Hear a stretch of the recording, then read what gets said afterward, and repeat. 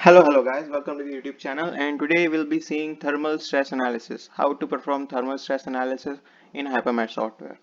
So the thermal stress analysis comprises of two words, that is thermal analysis and stress analysis. So thermal analysis determines the temperature, fluxes, thermal gradient, etc. in a structure or component caused by temperature load due to conduction or convection. And thermal stress analysis can be used to calculate stresses induced because of thermal expansion. Now we'll be performing thermal analysis first, and then we'll be using that load in order to find out the stress analysis or to perform the stress analysis. So now that you have a basic understanding of how to perform the thermal stress analysis, let's get started, and then you will be all out of the doubts related to it. Uh, First of all, we have to turn our geometry into mappable. So for that, turn on the mappable option to see if the geometry is mappable. No, it's not mappable. So let's divide this geometry. Go to solid edit, trim with plane, solid, select solid and select this solid. Then select the surface. I'll be selecting this surface and this surface. So yeah, now you can see our geometry is completely mappable. We can mesh it without any error. So let's first mesh it. Go to 3D panel and tetramesh panel and volume tetramesh. Select the whole geometry at once and use proximity and curvature. Element size, let's give as 1 and 0.2.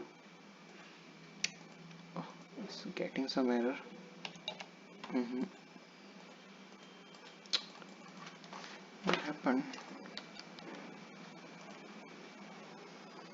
Okay, again tetramesh, volume tetramesh, element size as 1.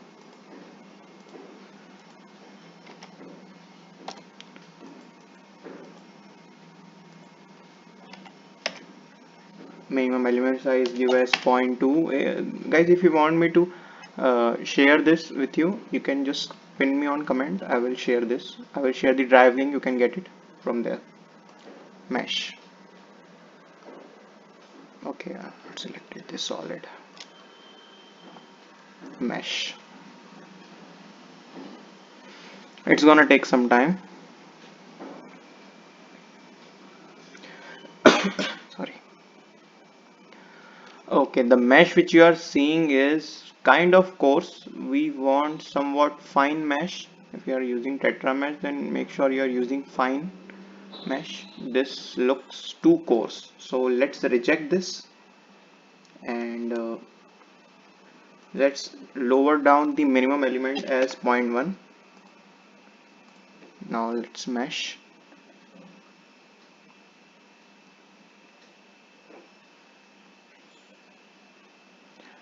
Hopefully we will get fine mesh here. Okay, the mesh is again not that fine. We will be needing, okay, okay, it's good. You can go even more fine.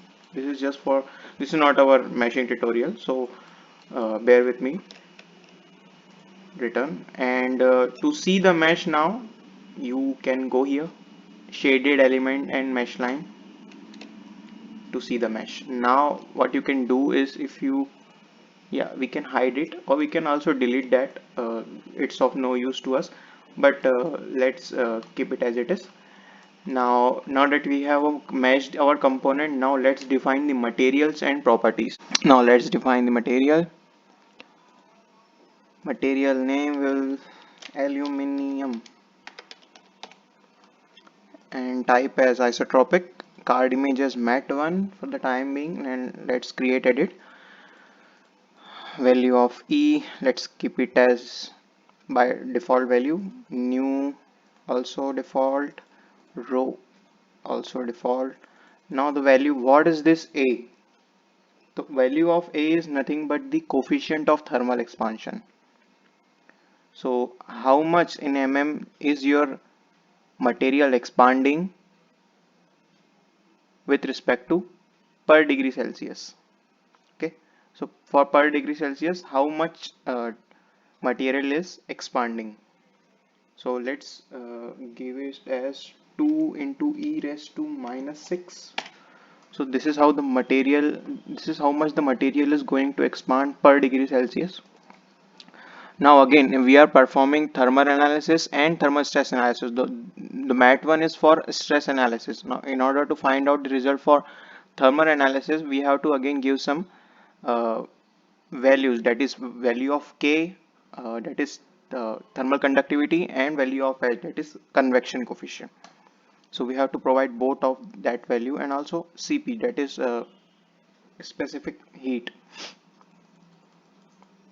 So value of K, let's give at 6 as 60, and Cp, that is coefficient of thermal expansion, let's 490 it is, and the value of rho we have already defined. Now value of H you have to define, it is the convection coefficient.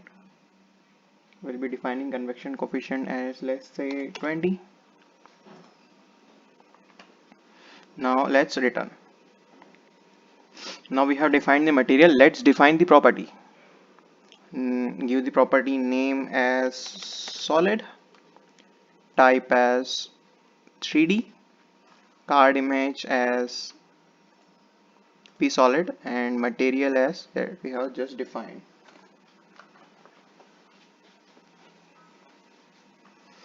Okay, so let's create, go to return, and now let's assign our component the properties and material that we have just defined.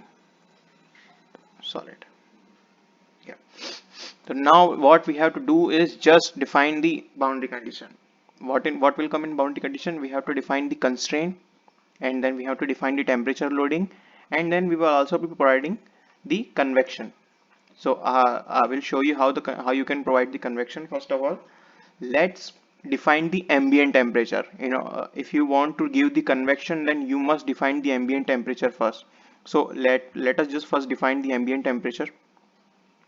Go to nodes panel, and as node, and then create. So the software will create by default here a node. So on this node we have to give the temperature, ambient temperature, and then we will assign that ambient temperature to our whole geometry for the convection, because the convection temperature of convection rate will depend upon the ambient temperature. So we will be defining that. We have defined the node. Now let's assign the temperature.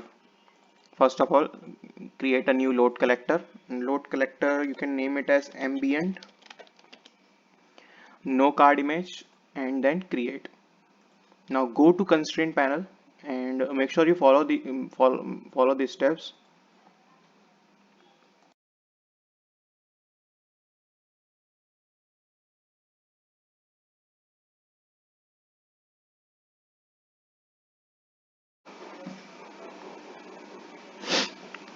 Go to constraint panel and select the node.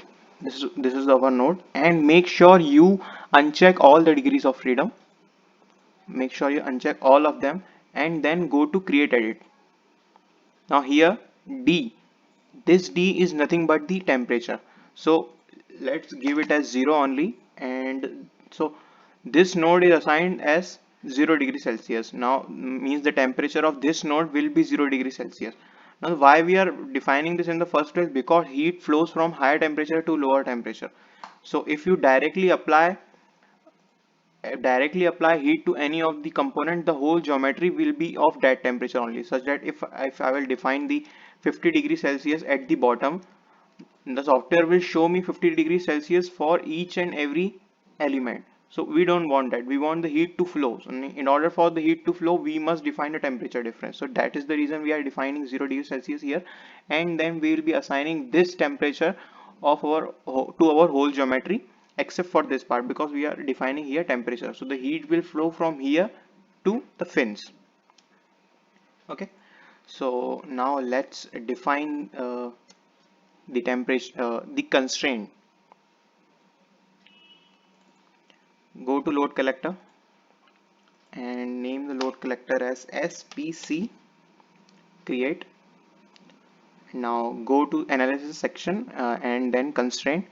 Now make sure the degrees of freedom which you want to be constrained. I want to constrain the Z, translation Z, not any other, but only translation Z. So the translation Z is nothing but the degree of freedom 3. Okay, I have selected that.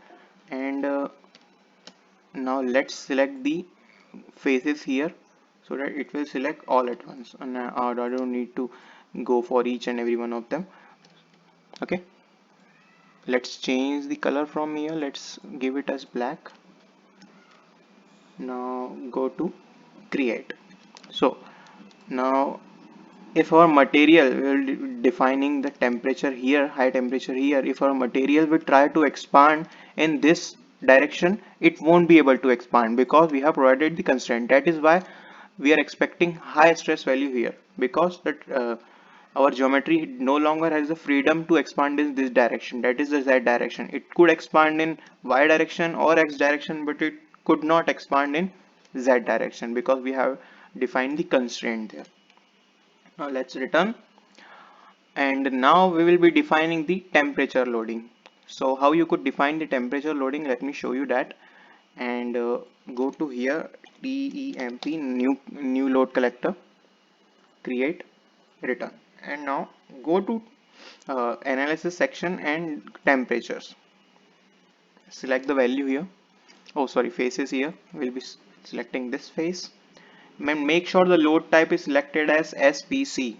Make sure it is SPC and give the value as, let's say, 100 degrees Celsius. Okay, create. So let's change the temperature. Red will look fine. Yeah, okay. So the high temperature is here and the low temperature will be for the whole part. Okay, now let's define this whole convection here. Now in order for you to define the convection, you can go to here, that's interface, and create panel. You can name it as conv convection and select the type as convection 2, and then go to create edit.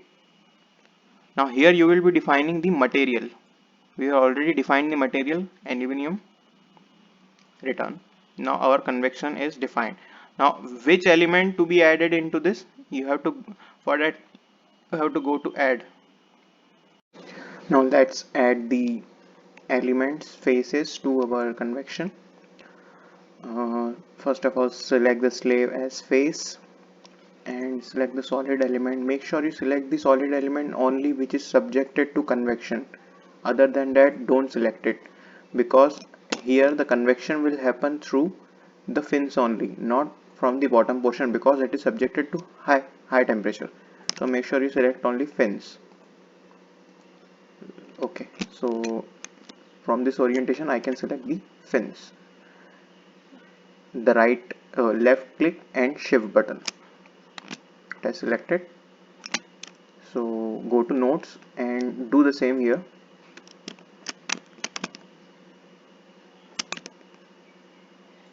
Okay, now add. So the convection element has been created by the software. Let's change the color to see it better. So you can see the convection element has been created. Now what we have to do is we have to assign this convection element to our ambient temperature.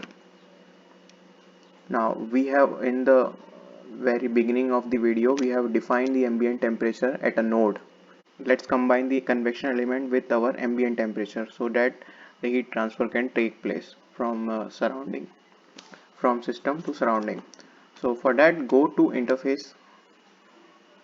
Okay, we have already defined convection. From you can assign it from here, card edit. Go to card edit panel and select here nodes, elements, and config. In the config you can select slave 3 and element, go to elements and then by group and then select convection, select it, make sure it is selected and go to edit panel. Now TA1, now here define the ambient temperature that we have defined in the initial. Go to return. Now our convection, now whenever you define the convection, make sure you assign make sure you combine it with the ambient temperature so that it will work, otherwise it won't work. There will be no convection or no heat transfer from system to surrounding. So for that you have to define the ambient temperature with our interface element, that is convection. Now that we have, one more step that you have to do before going to load step is you have to make sure there is only one temperature SPC, that is one temperature constraint only. But we have two, we have ambient and we have temperature, both of these are SPCs.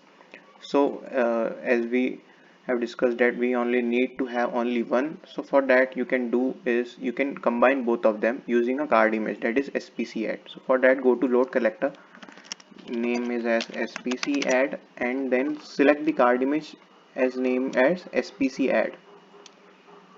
SPC add. Okay, so and then go to create edit and SPC set number as 2 because we have to combine two.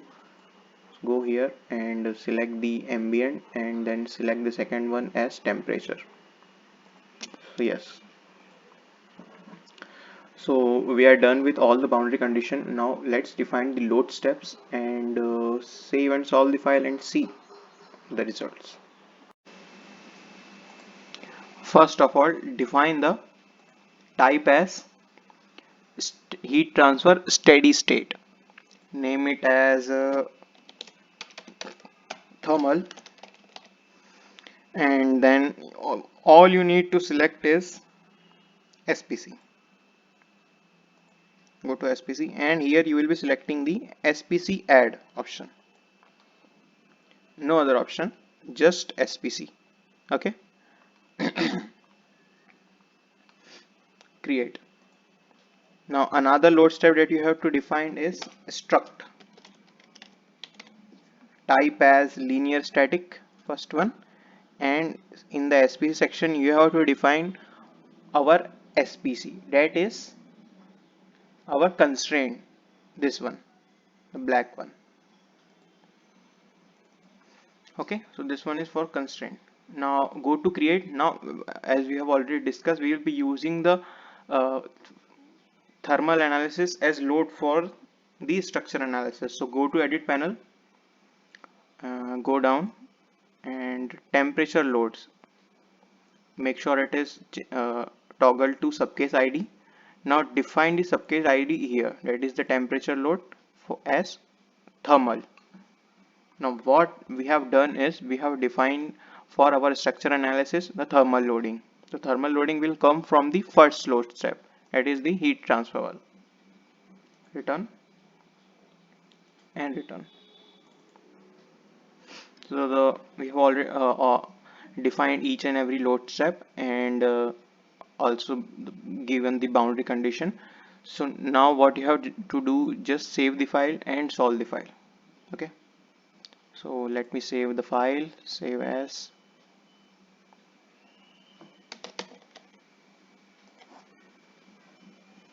Okay, let's go to OptiStruct.